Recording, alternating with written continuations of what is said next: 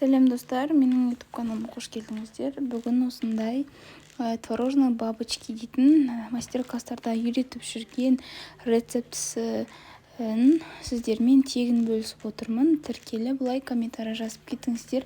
Алдымен комнатный температурада майымызды, жұмыртқамызды, ұнды, разрыхителімізді және қаймағымызды салып, барлығын қамыр илейміз, жұмсақ қамыр шығады.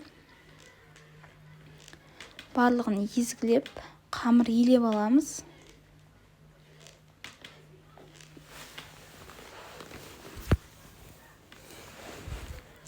Өте дәмді шығады, жасап көріңіздер. Расымен де қонаққа қойсаңыздар да өте күшті шығады. Мен қонақтарға қойдым, өте дәмді шықты және бәрі мақтады.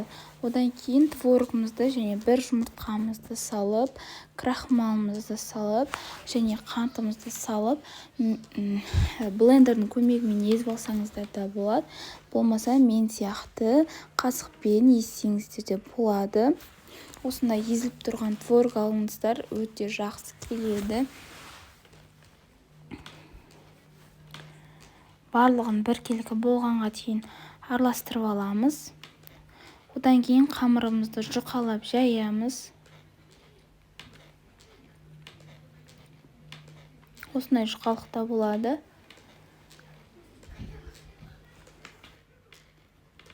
Осылай чашканың көмегімен осылай кесіп аламыз, домалақ форма жасап. Ортасына творогтарымызды салып, бабочка тәріздес етіп түйеміз.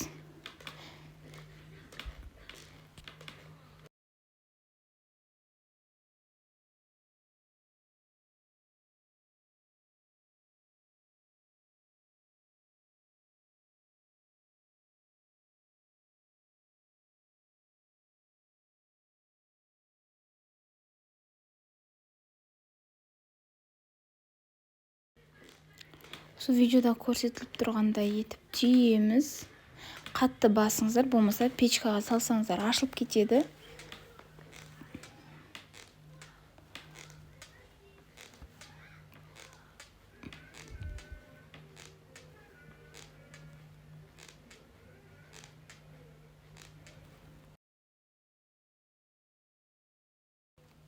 Осылай печкаға салып, 180 градуста 30-35 минутта қызарғанша пісіріп аламыз. Сіздермен оған күлгана аз болсын жасап көріңіздер және лайк, комментарий жазып кетіңіздер.